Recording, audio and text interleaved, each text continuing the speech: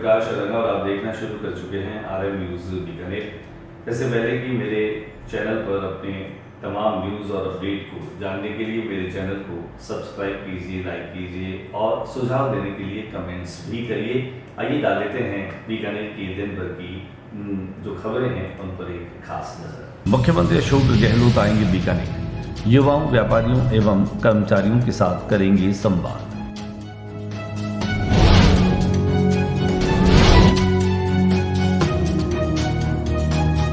उपराष्ट्रपति जगदीप धनखड़ 27 सितंबर 2023 को करेंगे बीकानेर का दौरा।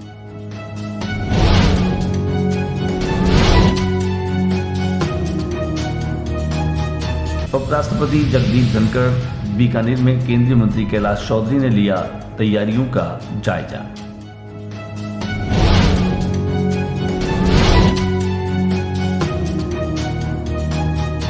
सुजानदेसर लोक देवता बाबा रामदेव के मंदिर में भरा मेला।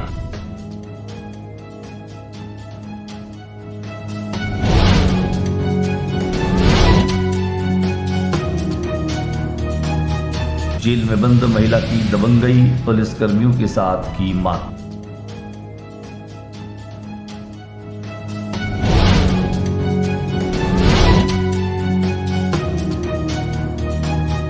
राजकीय महाविद्यालय गंगा शहर के भवन की नींव का शिक्षा मंत्री डॉक्टर कल्ला ने किया शिलान्यास। 4.5 करोड़ रुपए की लागत से बनाया जा रहा है नया भवन।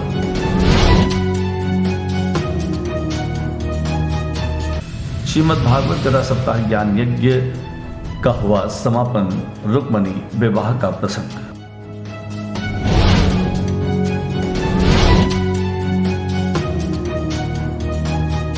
बीकानेर नगर निगम महापौर श्रीमती सुशीला कंवर राजपुरोहित द्वारा स्वराज नगर कर्मीसर में बाबा रामदेव पार्क की 4 दीवारी मय उद्यान का किया उद्घाटन।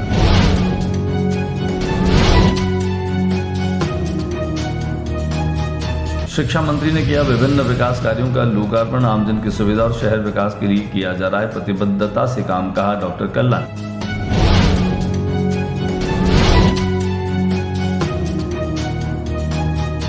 रोजगार मेले का आयोजन रेलवे ऑडिटोरियम बीकानेर में केंद्रीय कानून मंत्री अर्जुन राम मेघवाल ने दिए नियुक्ति पत्र। वहीं वीडियो कॉन्फ्रेंसिंग के माध्यम से संबोधित किया प्रधानमंत्री नरेंद्र मोदी।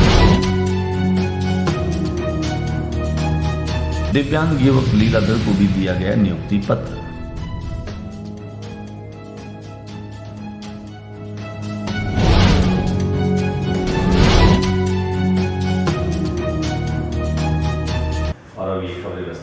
मुख्यमंत्री अशोक गहलोत बीकानेर में 2 दिनों के दौरे पर रहेंगे। 29 सितंबर को वे बीकानेर में संवाद कार्यक्रम आयोजित करेंगे। विजन 2030 को लेकर के मुख्यमंत्री अशोक गहलोत जो हैं वो काफी गंभीर दिखाई दे रहे हैं। वे पूरे प्रदेश के लोगों से, अलग अलग वर्ग के लोगों से इस बात की जानकारी ले रहे हैं कि 2030 में हमारा प्रदेश जो है वह देश का नंबर 1 प्रदेश बने। और इसे लेकर के मुख्यमंत्री बहुत गंभीर भी हैं और संजीदा भी हैं। और इसी परिप्रेक्ष्य में वे बीकानेर में 29 सितंबर को युवाओं से, कर्मचारियों से, व्यापारियों से न केवल संवाद करेंगे बल्कि इसके लिए जिला कलेक्टर भगवती प्रसाद कलाल ने कलेक्ट्रेट सभागार में एक बैठक भी ली, जिनमें अधिकारियों को विशेष रूप से निर्देश दिए, जिनमें MM ग्राउंड और रविंद्र रंगमंच को चिन्हित किया गया है। उनके आने जाने के रूट को और साफ सफाई की व्यवस्था को, तमाम चीजों को जो है वह दुरुस्त करने के निर्देश भी आज भगवती प्रसाद कलाल ने दिए। दिखाते आपको मुख्यमंत्री के दौरे से पूर्व कि किस तरह की तैयारियां प्रशासन करने में जुटा है। उपराष्ट्रपति जगदीप धनखड़ राजस्थान के दौरे पर हैं। राजस्थान के दौरे पर होते हुए बीकानेर में 27 सितंबर को पहुंचेंगे। वहां पर वे ICR मूंगफली अनुसंधान जो केंद्र है उसका भी उद्घाटन करेंगे। उसकी तैयारियों को लेकर के प्रभारी हरीश चौधरी ने आज निरीक्षण किया और जायजा लिया। दिखाते हैं आपको कि कैसे उपराष्ट्रपति जगदीप धनखड़ के बीकानेर दौरे को लेकर के और भाजपा कार्यकर्ताओं में, नेताओं में जोश और उत्साह का माहौल है। वहीं ICR अनुसंधान केंद्र का उद्घाटन करने के लिए बीकानेर में पहुंच रहे जगदीप धनखड़ के स्वागत की तैयारियां भी जोर शोर से चल रही है। आगे के महीने के शुक्ल पक्ष की दशमी को बाबा रामदेव का मेला होता है। पीरों के पीर और देवों के देव बाबा रामदेव के रूप में पूरा देश जहां उन्हें लोक देवता के रूप में मनाता है। राजस्थान के पोखरण में स्थित उनके समाधि स्थल पर लाखों की तादाद में श्रद्धालु पैदल जाते हैं, अपने साधनों से जाते हैं। बीकानेर में भी अलग अलग जगहों पर स्थित बाबा रामदेव के मंदिरों में विशेष पूजा अर्चना, आरती और भंडारों के आयोजन किए गए। बीकानेर की बेनीसर बारी के अंदर भी बाबा रामदेव मंदिर का भव्य श्रृंगार किया गया, उनकी पूजा की गई और सैकड़ों की तादाद में श्रद्धालुओं ने धूप लगाए और भंडारे का आयोजन किया गया। वहीं सुजानदेसर स्थित बाबा रामदेव मंदिर में जबरदस्त तरीके से लोग पहुंचे, पैदल पहुंचे, गाड़ियों पर पहुंचे, पैर रखने तक की जगह नहीं थी। यहाँ तक कि करीब 3 किलोमीटर की दूरी पर स्थित सुजानदेसर के मंदिर में भी पैदल जाने वाले जो यात्रु थे उनकी सेवाओं के लिए सेवा व्यवस्थाएं भी लगी थी। तो हम आपको दिखा देते हैं कि कैसे सुजानदेसर में बाबा रामदेव के प्रति श्रद्धा रखने वाले तमाम भक्त और श्रद्धालु धूप देने के लिए पहुंचे और अपनी मन्नतें मांगी।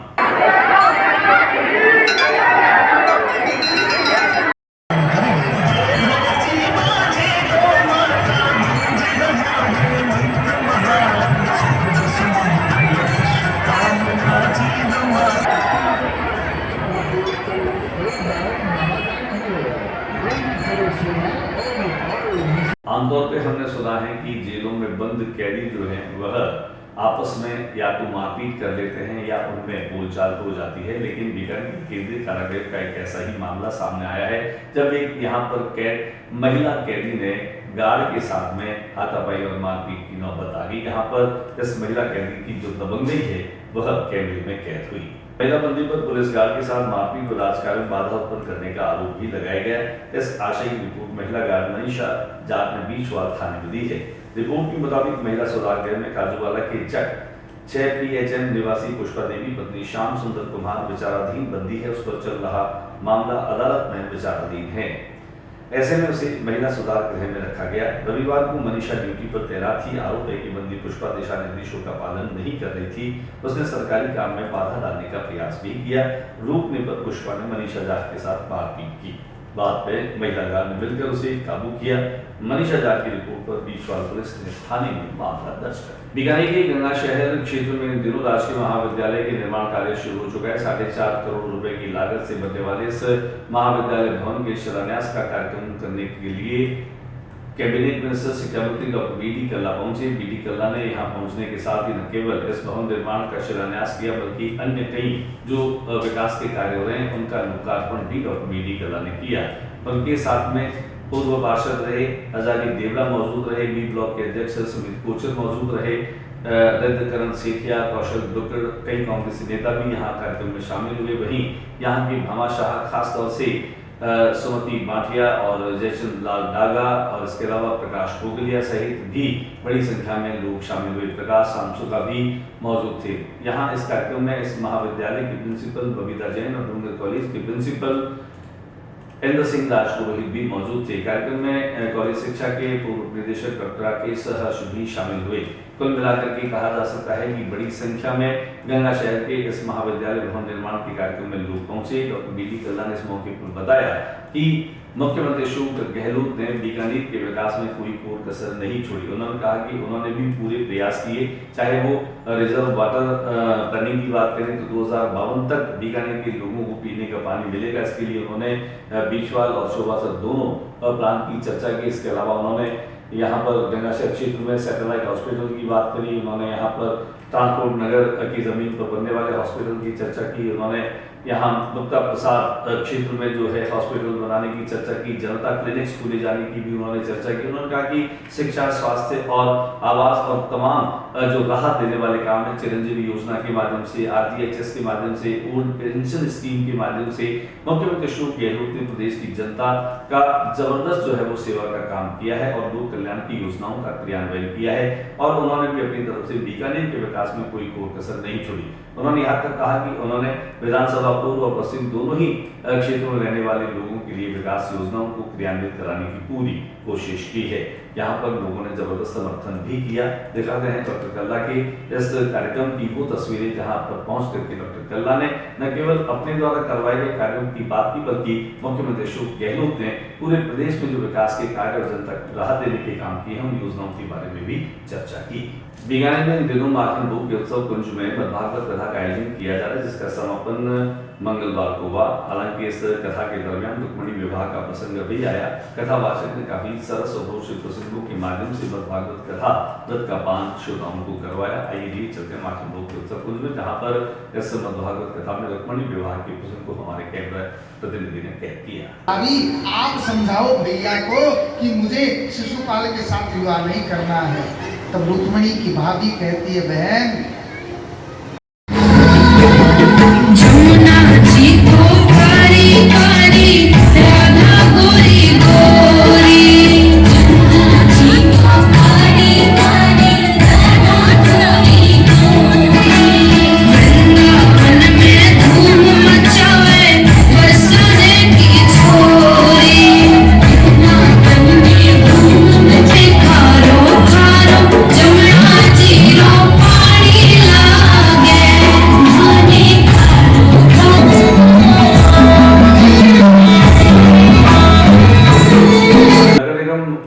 महापौर श्रीमती सुशीला कंवर ने करमीसर में जाकर के बाबा रामदेव पार्क जो था उसकी 4 दीवारी का उद्घाटन किया। मय उद्यान इस 4 दीवारी को बनाया गया है, जिसका उद्घाटन करने के लिए श्रीमती सुशीला कंवर पहुंची। उनके साथ में वार्षिक गतिविधि की पार्षद शांति देवी भी मौजूद रही। वही वाल्मीकि समाज के प्रबुद्ध व्यक्ति गणदेव भी उनके साथ में मौजूद रहे। बड़ी संख्या में लोगों ने उनका आतिशबाजी और ढोल ताशे नगाड़ों के साथ में करमीसर में स्वागत और अभिनंदन किया। नगर की बात है कि लोगों को देखा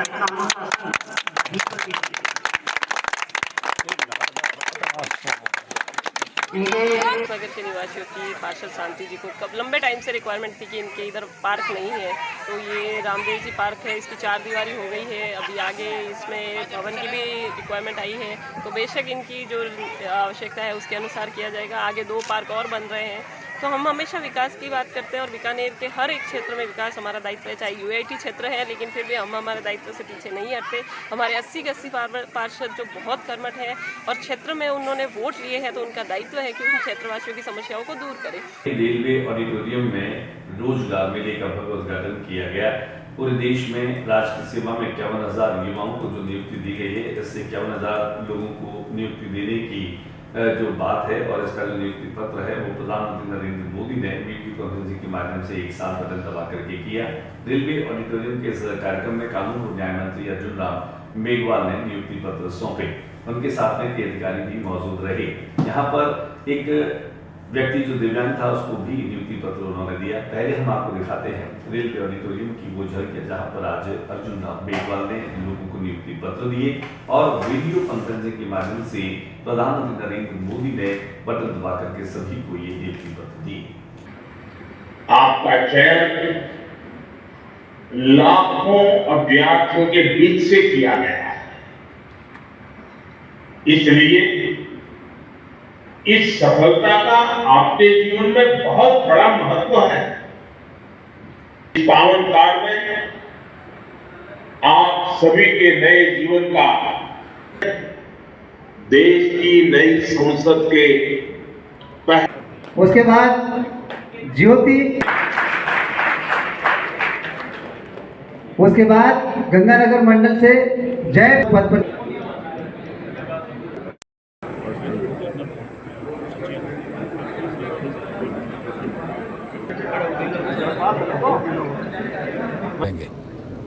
लोगों को सर्टिफिकेट मिलेगा, जनता के बीच में जाएंगे, रोजगार मेले का आयोजन होगा, सिस्टम भी पारदर्शी होगा और एग्ज़ाम लेने की प्रक्रिया, इंटरव्यू लेने की प्रक्रिया को भी सरलीकृत करेंगे और टेक्नोलॉजी का यूज़ करके ऑनलाइन हम ज़्यादा इस सिस्टम को अपडेट करेंगे। किसी को पता भी नहीं चलता है रोज़गार फॉर्म भरना, फिर सिलेक्शन होना, और आपने देखा होगा कि कई तो ऐसे हैं कि मेरिट से ही सिलेक्शन हो रहा है। तो ये एक पारदर्शी सिस्टम भी बना, उनको सबको लगा हमारे कोई भाई भतीजावाद नहीं चला, भ्रष्टाचार भी 1 पैसे का नहीं हुआ। तो ये सब चीज़ें इतनी अच्छी लगती है युवाओं को जब हम बात करते हैं कि साहब कहीं भी कुछ कहना नहीं पड़ा, हमारा सिलेक्शन हो गया। तो ये जो एक परसेप्शन जा रहा है, ये नरेंद्र मोदी जी का जो ये पारदर्शी सिस्टम करना, ये अपना आप में बड़ा सिस्टम है।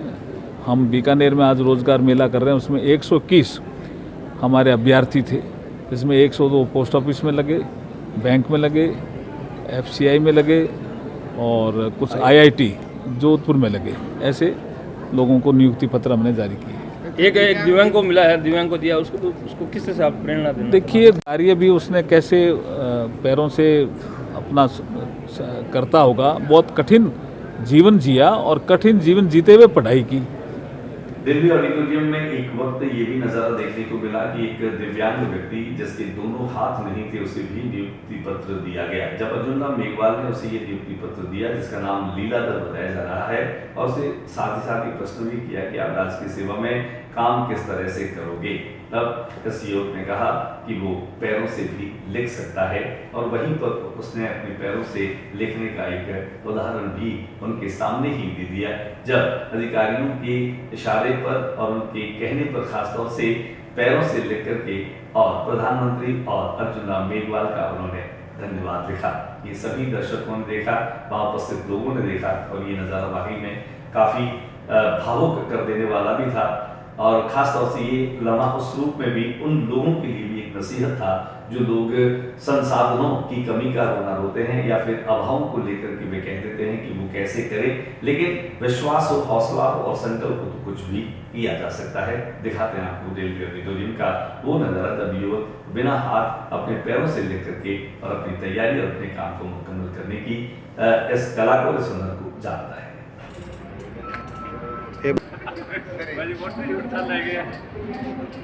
हाँ मिला के ले आओ, मैंने मैं आपको अभी भेज दूंगा। मेरा नाम लीलाधर है, मैं श्री गंगानगर ज़िले से हूँ और मेरा आज सिलेक्शन इंडियन ओवरसीज़ बैंक में हुआ है। यहाँ पर मैं आज रोज़गार मेले का हिस्सा बना हूँ और यहाँ पर माननीय श्री अर्जुन राम जी मेघवाल जी का भी बहुत बहुत धन्यवाद। मुझे जो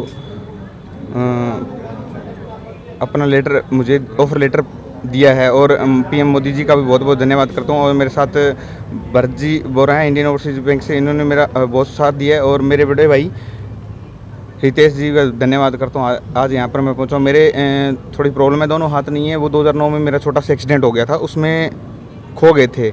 उसका मुझे कोई अफसोस नहीं है क्योंकि आज तक मैं यहाँ पर पहुँचा हूँ तो सभी का सहयोग और सभी के दुआओं से यहाँ पर पहुँचा हूँ, तो बहुत बहुत धन्यवाद सभी का। अब ये जो आपके दोनों हाथ नहीं है। आज के बुलेटिन में बस इतना ही। अगले बुलेटिन में फिर नई गतिविधियों के साथ में हम उपस्थित होंगे। हमारे नए वीडियो देखने के लिए, हमारे न्यूज़ को देखने के लिए मेरे इस चैनल को आप लाइक करिए, सब्सक्राइब करिए और अपने सुझाव अपने कमेंट्स के माध्यम से दीजिए। आज के बुलेटिन बस इतना ही। नमस्कार।